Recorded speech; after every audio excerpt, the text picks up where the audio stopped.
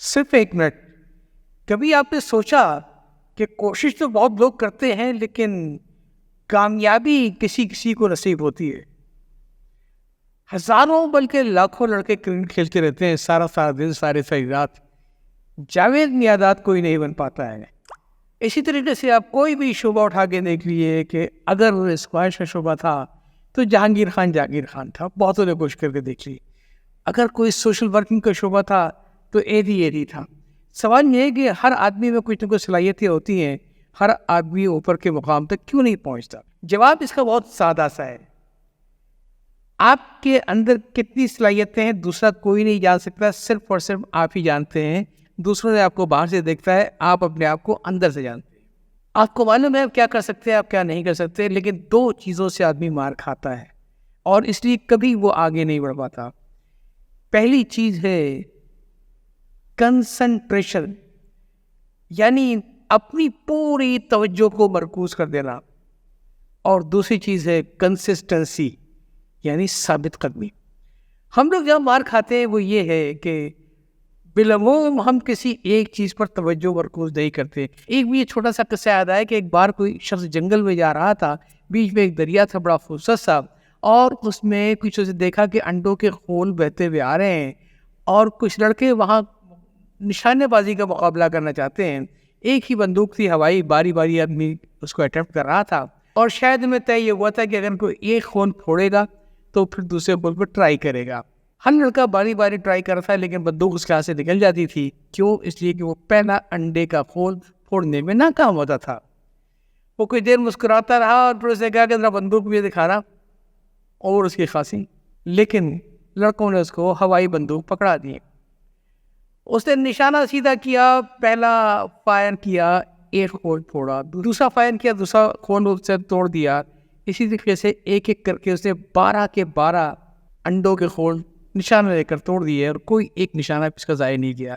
اور پھر اس کے بعد اسے مسکراتے ہوئے اپنی رائفل لڑکوں کو واپس کی اور واپس چل پڑا. لڑکوں نے حیران ہو کے کہا کہ ہم تو بہت دیر سے کوششیں کر رہے تھے, ہم ایک بھی خول توڑنے میں ناکام نہیں ہوئے, آپ نے 12 کے 12 توڑے, آخر کیسے؟ ہمیں بھی تو گر بتا دیں. اس نے کہا یہ کہ اصل گر یہ ہے کامیابی کا کہ اپنی توجہ کو پوری طریقے سے مرکوز کر لو. تم لوگ 12 خول میں سے فیصلہ نہیں کر پاتے تھے کہ کون سا والا زیادہ بہتر نشانہ ہوگا, اور جتنی دیر میں سوچتے تھے اتنی دیر میں نقشہ پورا پلٹ جاتا. اور میں ایک بار ایک انڈے کا خول توڑنے کی سوچتا تھا اور اس کو میں توڑ لیا کرتا تھا.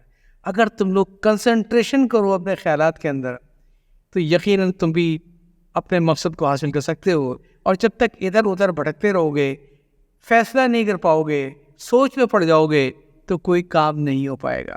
میں آپ کو اس کی مثال آپ کو یوں دوں کہ اگر آپ کبھی دھوپ میں نکلے, سارا دن دھوپ میں رہیں, آئے شام کو, گرمی لگے گی, پسینہ آئے گا, لیکن کوئی جسمانی نقصان نہیں پہنچے گا.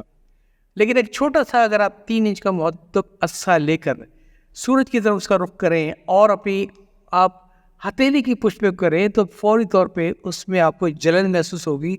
کوئی کاربن یا کاغذ ہے تو اس میں آگ لگ جائے گی. کیوں؟ اس لیے کہ سورج کی شعاعیں پہلے بکھری ہوئی تھی اور بعد میں وہ ایک نقطے پہ مرکوز ہو گئیں. جس دن آپ نے اپنی صلاحیتوں کو ایک نقطے پہ مرکوز کرنا سیکھ لیا, اس دن یقیناً کامیابی آپ کے قدم چومے گی. کنسسٹنسی پہ تو دوبارہ پھر بات ہوگی, لیکن کنسنٹریشن کے اوپر میں آپ سے چند باتیں اور بھی کرنا چاہوں گا کہ اس کے بہت فائدے ہیں.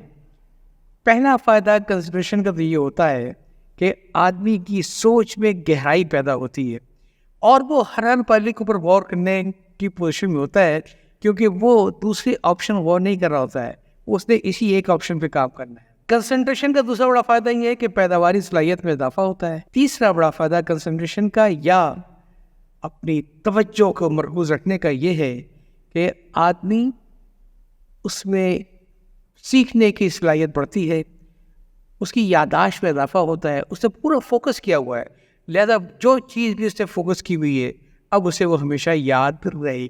چوتھا بڑا فائدہ یہ ہے کہ آدمی اگر کنسنٹریشن رکھے گا, اگر کسی ایک چیز پر توجہ مرکوز رکھے گا تو وہ فیصلہ سازی بھی بہتر کر سکتا ہے اور اس کی سوچ بھی بڑی تنقیدی سوچ ہوتی ہے، وہ ہر چیز کو تجزیہ کرتا ہوا چلتا ہے، کیونکہ اس کا مقصد صرف ایک تھا، اس کے بعد 10 آپشن نہیں تھے۔ ایک پانچویں عجیب بات یہ ہے کہ جب آپ توجہ مرکوز رکھتے ہیں کسی ایک مقصد کے اوپر تو پھر آپ کے اندر تناؤ میں اور اضطراب میں بھی کمی آتی ہے۔ اور چھٹی بڑی بات یہ ہے کہ اس کا ایک فائدہ یہ بھی ہے کہ تخلیقی اور اختراعی صلاحیتیں بڑھتی ہیں۔ آپ نے ایک ہی مقصد میں فوکس رکھا ہوا ہے، اسی کے لیے آپ ڈفرینٹ آپشن کو اگر دیکھ رہے اس ایک مقصد کے لیے، تو یقیناً آپ کے اندر کریٹیوٹی بہت ہوگی، آپ کے اندر تخیل بہت ہوگا، اور یہ آپ کو اس لیے ملا کہ آپ نے توجہ ساری مرکوز رکھی تھی کسی ایک مقصد کے حصول کے لیے۔ اسی طریقے سے اگر آپ دیکھیں تو اس کا ساتواں بڑا فائدہ یہ ہے کہ جو لوگ توجہ مرکوز رکھتے ہیں اپنے بنیادی مقصد کے اوپر، وہ بنیادی طور پہ مضبوط قوت ارادی کے مالک ہوتے ہیں اور ان میں خاصی ضبط نفس بھی ہوتی ہے۔ آٹھواں فائدہ یہ ہے کہ کام میں بڑی روانی آ جاتی ہے اگر آپ اس میں کنسنٹریٹ کریں، اگر آپ اس میں توجہ اپنی مرکوز رکھیں۔ نواں بڑا فائدہ یہ ہے کہ اگر توجہ مرکوز ہو اپنے کام کے اوپر تو پھر کوئی کمیونیکیشن گیپ نہیں ہوتا ہے، جو میسیج دیا جائے، جو میسیج لیا جائے وہ واضح طریقے سے سمجھ آتا ہے اور کوئی ایجنڈا نہیں آپ پاس یہ۔ اور 10واں اور آخری سب سے بڑا فائدہ یہ ہے کہ اگر آپ ایک ہی مقصد کے اوپر توجہ رکھیں گے تو آپ میں بلا کا اعتماد آ جائے گا اور آپ کے اندر وہ خود اعتمادی آ جائے گی جو آپ کو کسی بھی کامیابی تک پہنچائے گی۔ آج کے لیے بس اتنا ہی، یاد چاہتا ہوں۔ اللہ حافظ۔